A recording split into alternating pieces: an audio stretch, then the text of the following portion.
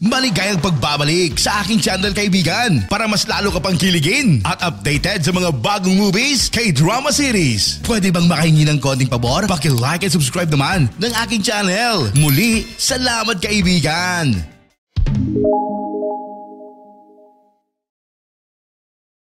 Nagsimula sa isang babae na nagngangalang Xu Jingjing. Nais niyang magtapat sa lalaking gusto niya. Ngunit bago pa siya makapagsalita ay natamaan siya ng bola ng maraming beses. Ngunit isa lang pala itong panaginip, napilit siyang ginigising ng kanyang ina, dahil mahuhuli na siya sa klase. At nagbangayan ang mag-ina. Samantala ang ama ni Jing ay naghahanda para magsagawa ng kasal, noon gaya ng inaasahan ay walang kalaban-laban si Jing sa kanyang ina, ilang sandali pa nang si Jing ay handa nang umalis, ipinaalala sa kanya ng kanyang ina na lumabas na ang mga resulta ng pagsusulit sa matematika. Kaya tinanong niya si Jing kung nakapasa siya sa pagsusulit, kung saan iniiwasan niya ang tanong sa pamamagitan ng pagpapanggap na kumilos tulad ng kanyang ama at pagkatapos ay tumakbo nang hindi kumakain ng almusal. Habang papunta sa paaralan si Jing ay nakatanggap ng donasyon para sa mga emoticon na ginawa niya na ang pangalan ng mga ito ay Pipi. Napadaan si Jing sa maliit na stall ng pagkain sa daan. Si Jing ay humiling sa kanya ng piniritong pancake, ngunit naubos na ito. Ang tanging pagpipilian niya ay isang plato na aabutin ng hindi bababa sa 10 minuto upang magawa ito. Tumingin si Jing sa isang lalaki na nakasalamin sa isang mesa. Kaya naupo si Jing sa tabi niya na may balak na humingi sa kanya ng isang tray ng buns. Tinanggihan siya ng lalaki kahit na inalok siya ni Jing ng pera. Kaya nagpas siya si Jing na umalis. Na dahilan para mahulog ang lalaki sa upuan, sinubukan siyang saluhin ni Jing kaya hindi siya nahulog. Ngunit ito ang dahilan kung bakit pareho silang nahulog sa ibabaw ng pandikit. Ito ay isang problema dahil hindi sila makaalis. Kaya wala silang choice kundi ang magsama sa isang nakakahiyang kalagayan. Bagamat mukhang walang pakialam ang lalaki, hanggang sa napagtanto niyang mapupunit na ang kanyang pantalon. Nagbubulungan ang mga estudyante tungkol sa kanilang dalawa.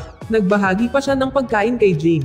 Si Jing tinanong niya siya kung saang paaralan siya pumapasok na sinagot niya na pareho silang paaralan ngunit hindi pa siya nakita ni Jing. Bago lumala ang mga bagay para sa kanya nang dumating si Zhang sakay ng isang bisikleta, pagkatapos ay inalok silang dalawa na may mga ekstrang uniforme sa schoolroom. Nahihiya si Jing na sinabihan ang lalaki na isa siyang tanga. Maya-maya naglakad sila sa abot ng kanilang makakaya papuntang supply room. Nang makita sila ng guro na pangiti lang ito sa kanila, maswerte si Jing dahil may pantalon sa size niya, pero sa lalaki size 70 siya kaya dapat pa silang mag-pre-order. Ilang sandali pa ay pumasok ang isang babae na nagsabi sa lalaki na maaaring mayroong isang pares ng pantalon sa basketball club. Binigay sa kanya ng babae ang pantalon. Ilang sandali pa ay tinanong niya ang kanyang pangalan, napag-alaman na magkapariho sila ng pangalan ni Jing, at hiniling ni Jing sa lalaki na layuan siya.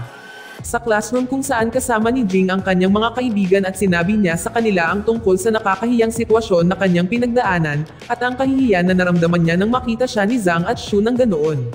Sinabihan siya ng mga kaibigan ni Jing na kailangan niyang kausapin si Zhang. Laging sinasabi ni Jing na malayo siya sa kanya, ngunit mula noong grade 10 hanggang ngayon ay nakausap na siya ni Jing nang hindi bababa sa 10 beses, at halos patungkol sa takdang aralin. Para ipakita na kaya niya, si Jing ay tumayo at lumapit kay Zhang, pero medyo kinakabahan siya. Nagpasalamat siya kay Zhang sa tulong niya kanina. Pumasok ang guro sa silid-aralan na nag-announce na may bagong estudyante. Siya si Kang Highway at ipinakilala ang kanyang sarili. Nakita niya na nandoon din si Xu. Pagkatapos nais ng teacher na i-arrange ang upuan, at nais ni Xu na umupo sa tabi ni Zhang, ngunit tumanggi ito at umupo sa ibang upuan. Isang lalaking nagngangalang ni Dapeng ang gustong umupo sa tabi ni Jing, ngunit tumanggi si Jing. Magkatabing umupo si Jing at Kang. Binanggit ng kanilang guro na napakaganda ng grades ni Kang sa dati niyang paaralan siya ay nasa unang pwesto. Pagkatapos sinabi ng guro na tumabi si Kang sa pinakakulilat na mag-aaral sa klase na may pinakamababang grado. Sa sandaling iyon lahat sila ay bumaling kay Jing na gaya ng inaasahan ay nakakuha ng masamang marka sa pagsusulit sa matematika, ngunit sinabi sa kanya ni Kang na napakahusay niya sa pagsusulit sa English test, at sa katunayan ay nagkamali ang guro sa pagsuri kaya naayos nila ang hindi pagkakaunawaan at medyo tumaas ang English ni Jing. Ilang sandali pa ay hindi na si Jing ang pinakakulilat na estudyante sa klase. At si Dapeng na ang kulilat sa klase, at masaya si Jing para dito. At nais ni Jing na tulungan siya ni Kang. Itinuring niya na siyang henyo at wala ng problema sa pag-upo sa tabi niya. Ilang sandali pa ay hiniling ni Jing kay Kang na siya na ang gagawa ng kanyang takdang aralin, at binigyan siya ni Jing ng mga PP emoticon na may kasamang autograph. Habang si Shu ay naglagay ng salamin sa direksyon ni Zhang upang makita siya habang nasa klase sila. Sa oras ng tanghalian tumingin si Kang kay Shu at nilapitan siya nito habang nag-uusap sila. Sinabi ni Shu kay Kang na may gaganaping basketball games, laban sa Class 6, si Kang tinanong kay Shu kung interesado siya sa lalaking nagbabasketball, at kinumpirma ito ni Shu, at member din siya ng cheerleading squad. Habang si Jing ay masyadong excited sa taekwondo club, at napatamba niya ang isa sa kanyang kaklase. Dahil sa sobrang lakas ni Jing gusto na niyang umalis pero kung gagawin niya ay mabubuwag ang club tinanggap ito ni Jing pero sabi ng babae na nagbibiro lang siya. Gusto ni Jing na lumabas para manood ng basketball dahil ang plano niya ay magbibigay siya ng liham na nagpapahayag ng kanyang nararamdaman kay Zhang. At hindi iyon tumigil doon dahil binalak din niya itong bigyan ng inuming inihanda ng kanyang ina. Maya-maya kailangan ni Jing na sagutan ng 10 pagsusulit sa matematika kasama ang ilang mga mag-aaral. Sa gitna ng pagsusulit, gusto niyang may sigawa ang kanyang plano at sinubukang tumakas ngunit nahuli siya ng guro. Umuwi si Kang kung saan nagsimula siyang kumain ng fried chicken at nang maglaon ay nagsisiyasat siya tungkol sa suot na bracelet ni Shu. Magkakilala na pala sila ni Shu, through online, at hindi pa niya ito sinasabi kay Shu, dahil ang alam ni Shu si Kang ay isang gwapo na lalaki. Siya kung saan nai-imagine ni Kang ang sarili niya sa ibang katawan na nakikipag-usap kay Shu. Si Kang ay nasa sabik at gustong maglaro ng basketball para mapabilib si Shu. Kinabukasan na nagkita sina Kang at Jing at nag-alok siya ng pagkain sa kanya, ilang sandali pa ay tinanong siya ni Kang kung gusto niyang kopyahin ang kanyang takdang aralin. Dahil alam niya na magaling si Jing sa Photoshop at hiniling sa kanya na tulungan siya sa isang bagay. Samantala si Zhang at ang iba pang mga manlalaro ng basketball ay nag-aalala na wala silang sapat na mga manlalaro, kaya't si Kang ay humarap kay Zhang upang iabot sa kanya ang isang basketball resume na Photoshop na gawa ni Jing at alam ni Zhang na dapat patunayan ni Kang ang kanyang kakayahan sa court. Nakipagkumpetensya siya ng one-on-one laban kay Zhang, ilang sandali pa ay nagulat ang lahat dahil nanalo si Kang. Kaya walang duda na tatanggapin siya ni Zhang sa team. Habang si Jing ay nasa kalagitnaan ng pagsusulit dito nagsisimula ang bahagi ang deal nila ni Kang, kailangan siyang tulungan ni Kang na gawin ang pagsusulit at ginagawa niya ito sa medyo mabilis na oras, kaya natapos ni Jing ang pagsusulit at nakaalis sa oras. Nagmadali siya sa tindahan ng kanyang ina at inihanda ang inumin na balak niyang ibigay kay Zhang, nagsimula na ang laban, dumating si Jing sa wakas ay nilinaw ng kanyang mga kaibigan na mayroon siyang karibal ngayon. Dahil ang paraan ng pagtingin ni Shu kay Zhang ay medyo malagkit. Sa halftime ay mabilis na bumaba si Jing para iabot kay Zhang ang inumin. Ngunit kasabay nito ay dinalhan din siya ni Shu ng tea, sa huli ay pinili ni Zhang ang inumin ni Jing. Ang laban ay nagpatuloy, ngunit may kakaibang nagsisimulang mangyari kay Zhang, parang may masakit sa kanya, dahil ito sa inuming binigay sa kanya ni Jing. Kaya wala siyang pagpipilian kundi ang lumabas sa laro at iwan si Kang sa pwesto niya. Inihahanda ni Kang ang kanyang sarili at pumasok sa napakagurang paraan para makuha ang atensyon ni Shu. Nang si Kang ay nasa field, na nagawa ng class team na isara ang gap sa laban, ilang sandali pa si Kang ay nasa final point at nagsimulang mag-isip tungkol kay Shu, at naharangan ang bola, na tumama kay Jing, dahil dito natalo sila sa laban. Nang maglaon, tinanong si Jing kung anong inumin ang ibinigay niya kay Zhang, sinabi ni Jing ito ang kanyang paboritong inumin. Napansin ni Jing na wala sa kanya ang love letter na balak niyang ibigay kay Zhang. Pag-uwi niya hindi kumain si Jing ng hapunan, dahil wala siyang gana nagsimula ang kanyang mga magulang maghinala na siya ay umiibig sa isang tao. At subukang tulungan siya pagkatapos ay tinanong siya ng kanyang ina kung paano niya ginawa ang inumin. Nalaman ni Jing na mali ang kanyang paggawa na nagresulta sa masamang pakiramdam ni Zhang. Kinabukasan ay sinubukan ni Jing na iwasan si Zhang, dahil sa kahihiyan, ngunit nilapitan niya ito hindi siya nagalit sa nangyari, dahil alam niyang hindi ito ginawa ni Jing na may masamang intensyon. Ito ang nagpapataasan ng diwa ni Jing dahil sa liham na binanggit niya na maaari siyang sumulat ng isa pa. Sa silid-aralan sinisi si Kang sa pagkatalo sa basketball games, nasa notebooks ni Kang ang sulat na isinulat ni Jing para kay Zhang. Pero inagaw nila ito sa kamay ni Kang at planong ipahiya siya dahil sa tingin nila ito ay sulat na isinulat ni Jing para sa kanya. Pagkatapos sinubukang bawiin ang sulat ngunit dumating ang kanilang guro, kaya pinatawag si Jing sa silid ng guro upang pag-usapan ang nangyari. Sinubukan ni Jing na magsinungaling na nagsasabing ang sulat ay sinulat ni Shu ngunit ang sulat kamay ni Shu ay hindi iyon. Gustong malaman ng guro kung kanino ang love letter, nang magsimula siyang maghinala na para ito kay Zhang. Si Jing ay nagsinungaling at sinabi sa kanya na para kay Kang ang sulat.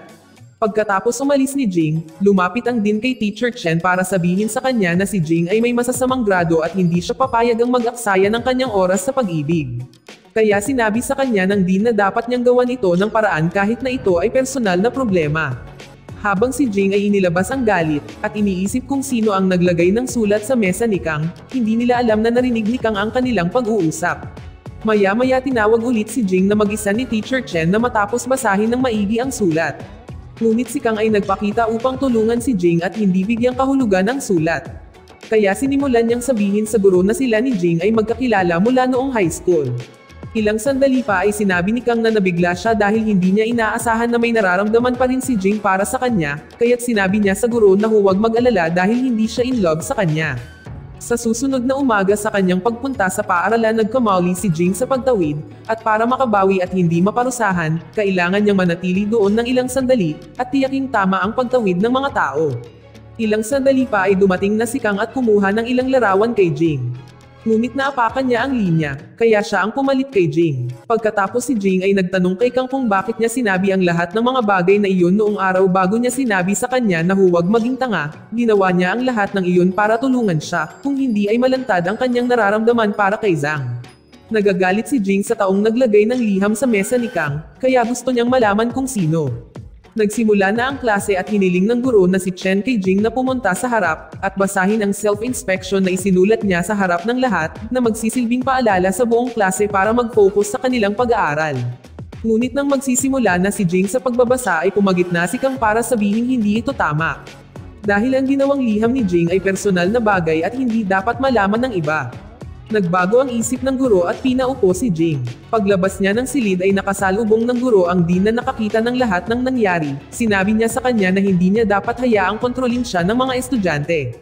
Sinasabi ng dean na ang mga guro at mga mag-aaral ay lumalala taon-taon, at si Teacher Chen ay nagagalit na pumunta sa kaganapan ng Taekwondo Club, kung saan nakilala niya ang isang lalaking na nakarinig sa kanyang salita, at sinabi sa kanya ng lalaki na dapat niyang sundin ang kanyang puso at hindi hayaan ang iba na maimpluwensyahan siya.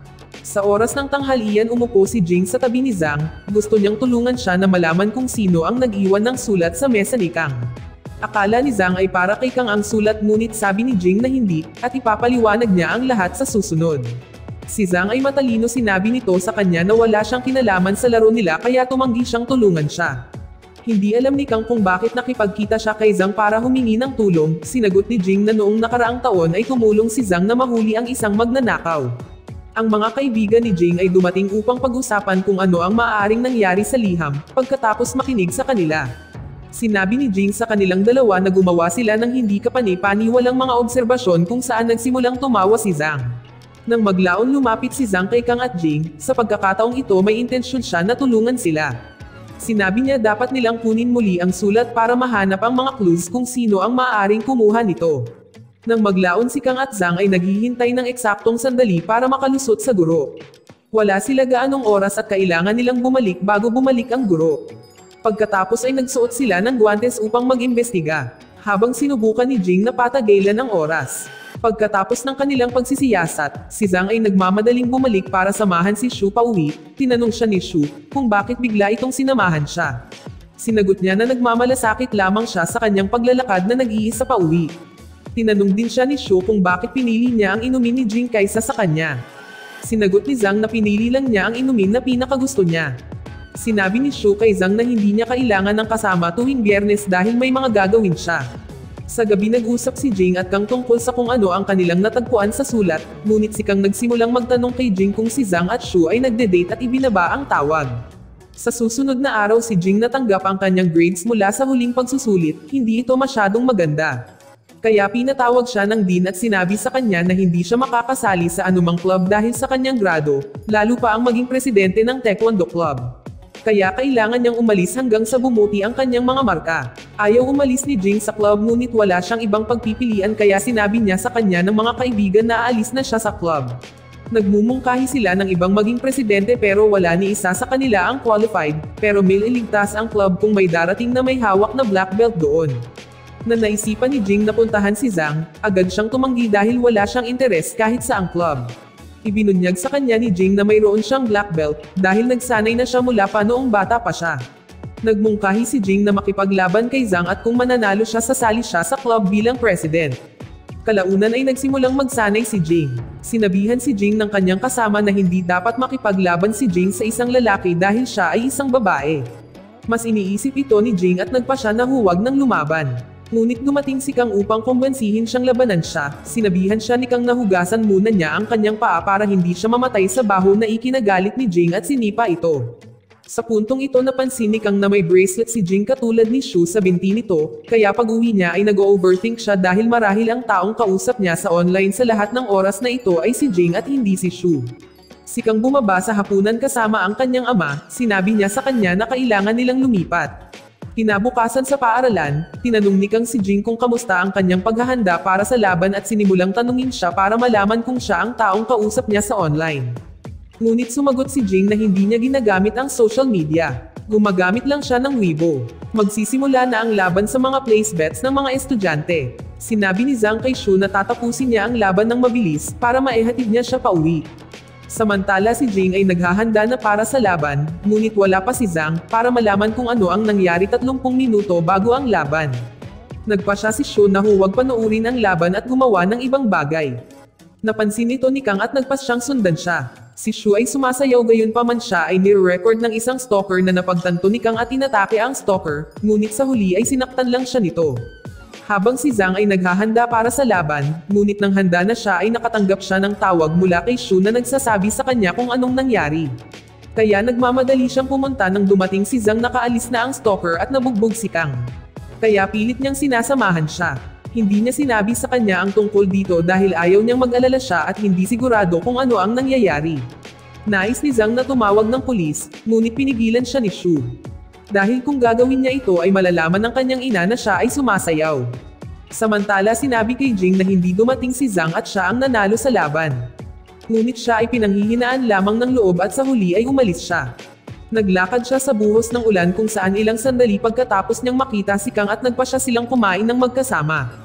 Madalas na pumunta si Kang sa restaurant na ito, ilang sandali ay pinakita niya sa kanya kung paano karaniwan niyang kinakain ang ulam na ito, tinanong ni Jing si Kang kung ano ang nangyari kanina. Pagkatapos sabihin ni Kang kay Jing ang lahat ng bagay na naiintindihan na niya ngayon kung bakit malapit na malapit si Zhang kay Shu. Pagkatapos ng magbabayad na si King ng bill nalaman niya na ang bill pati na rin ang sulat ni Jing ay naglalaman ng gold dust. Ngunit hindi niya sinabi kay Jing ang tungkol dito. Maya-maya sa bahay ay sinusuri ni Kang ang mga larawan ng araw na iyon at nakakuha ng kaunting ideya kung sino ang taong naglagay ng sulat sa kanyang mesa. Si Shu ay nag-chat sa kanya at sumagot siya na okay lang siya, kaya natuwa siya dahil nag-good night ito sa kanya. Kinabukasan sa school, inalis ni Kang ang salamin kay Jing para hindi na niya makitang magkasama sina Zhang at Shu at patuloy na nasasaktan. Pagkatapos ay sinabi sa kanya na nakahanap siya ng isang bagong palatandaan tungkol sa insidente kung sino ang naglagay ng sulat, na kung saan ay may gold dust ang sulat. Nangangahulugan na ang mga cheerleader ay maaaring maging responsable sa nangyari. Ipinakita sa kanya ni Kang ang mga larawan, ngunit nilaktawan si Shu dahil ayaw niya na paghinalan si Shu. Ngunit napagtanto ni Jing na si Shu ang may kagagawan. Dahil dati kahit noong bata pa sila ay hindi na magkasundo si Jing at Shu.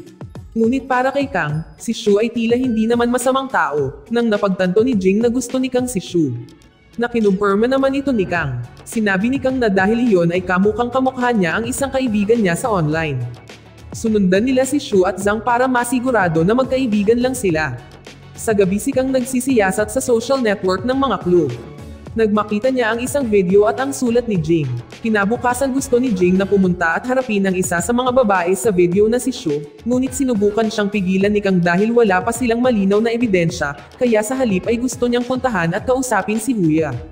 Gusto siyang sigawan ni Jing ngunit pinigilan siya ni Kang at tatanungin si Huya para sa buong video na na-upload niya sa internet. Pagkatapos noon ay lumapit si Zhang kay Jing upang humingi ng tawad sa kanya, bilang isang paghingi ng tawad na tatanggapin ni Zhang na maging presidente na siya ng club. Kung saan sinagot ni Jing na hindi niya kailangan ang kanyang simpatiya at nagpa siyang isara ang club. Dahil kakaunti lang ang mga miyembro nila kaya sinabihan niya si Zhang na kalimutan na lang iyon. Pagkatapos lumapit si Kang kay Jing at nagtanong ano ang nangyari. Ilang sandali pa ay nag-send ng video si Huya kaya pinanood nila ito at napansin kung paano pinagtatawanan ni Shu si Jing. Si Kang pinigilan si Jing na panoorin ang video, ngunit hindi ito gaanong maganda dahil galit siyang pumunta para harapin si Shu. Si Jing tinanong si Shu kung bakit nila ginawa iyon, hindi maintindihan ni Shu kung paano nila nakuha ang video. Sinabi ni Shu na wala silang konkretong patunay na siya ang may pananagutan sa paglalagay ng sulat sa upuan ni Kang.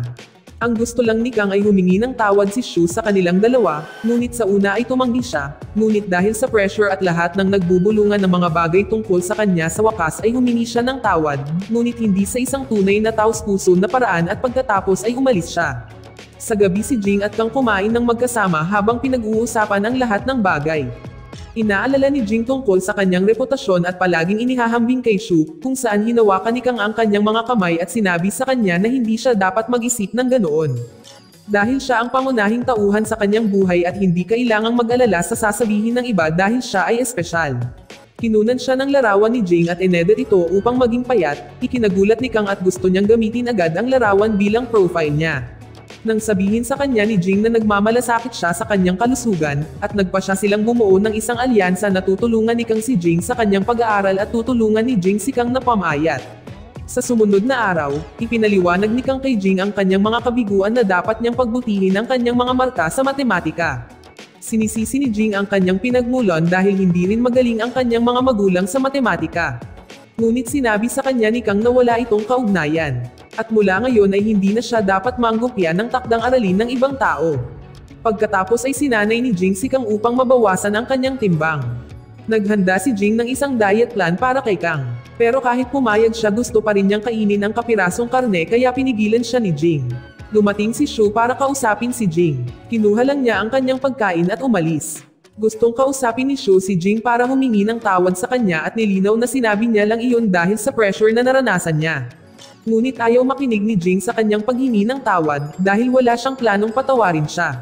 Sa sumunod na araw, sinabi ni Jing kay Kang na mag-exercise ng 1 oras. At binigyan siya ng pulse areas para kalkulahin ang tibok ng kanyang puso at subaybayan si Kang mula sa malayo. Ang unang gawain ni Kang ay ang tumalon ng 500 beses sa ibabaw ng lubod na medyo mahirap, ngunit hinikayat siya ni Jing. Sa paaralan na si Kang naman ay tulungan si Jing na gawin niya ito sa pamamagitan ng pagbibigay ng isang libro na dapat niyang lutasin sa loob ng 30 minuto, at kung kaya't ang dalawa ay patuloy na nagtutulungan at nagpapatibay ng kanilang relasyon. Natutuwa din ang ama ni Kang dahil nagsusumikap siya dahil sa isang babae. Salamat sa panonood kaibigan.